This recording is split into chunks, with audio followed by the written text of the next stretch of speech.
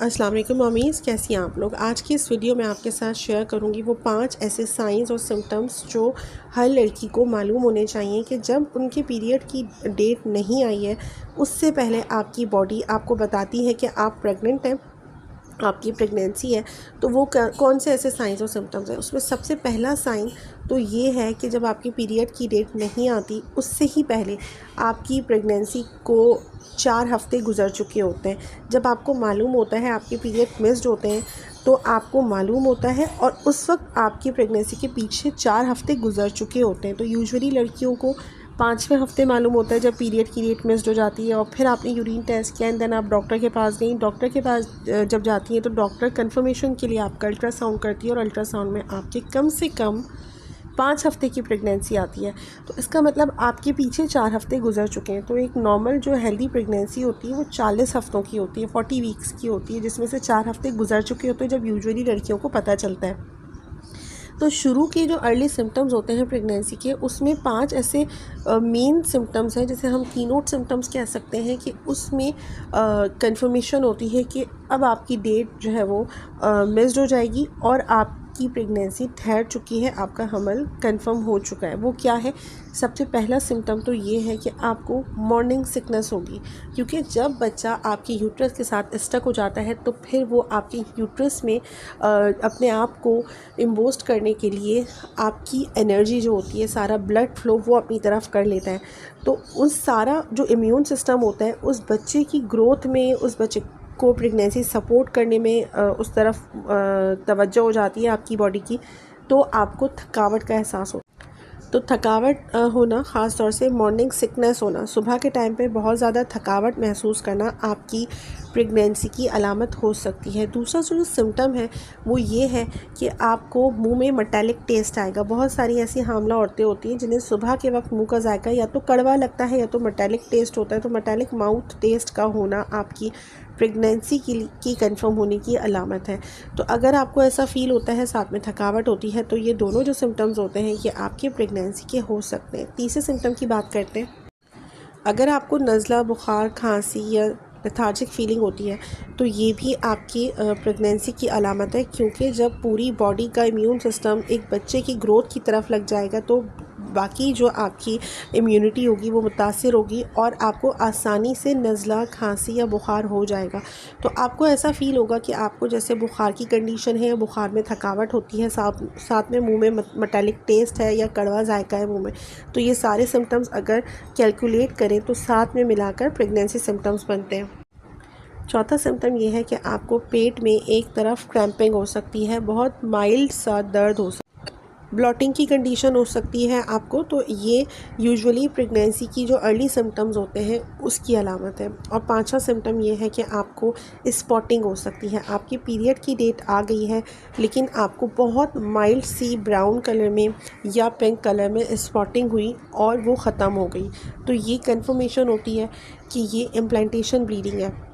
ये याद रखिएगा कि इम्प्लांटेशन ब्लीडिंग को कभी भी जो नॉर्मल पीरियड्स होते हैं उसके साथ मर्ज नहीं करिएगा, क्योंकि इम्प्लांटेशन ब्लीडिंग होकर ख़त्म हो जाती है और ये एक हेल्दी प्रेगनेंसी की अलामत है। जब बच्चा बच्चेदानी की दीवार के साथ चिपकता है तो उस दीवार से थोड़े बहुत ज़र्रात जो होते हैं वो झड़ते हैं। तो बच्चेदानी की दीवार से जो ज़र्रात झड़ते हैं वो ब्लीडिंग की फॉर्म में, स्पॉटिंग की फॉर्म में सामने आते हैं। तो ये जो ब्लीडिंग होती है इम्प्लांटेशन ब्लीडिंग होती है, जो यूजुअली ब्राउन कलर की होती है और होके ख़त्म भी हो जाती है। तो ये आपकी एक हेल्दी प्रेगनेंसी की भी अलामत है। ये वो ऐसे 5 सिम्टम्स हैं जो अगर आप अपने अंदर देखती हैं, आप प्रेगनेंसी के लिए कोशिश कर रही थी, तो फिर आप जो है ये आपकी अर्ली सिम्टम्स होते हैं कि आपकी प्रेगनेंसी या हमल ठहर चुका है।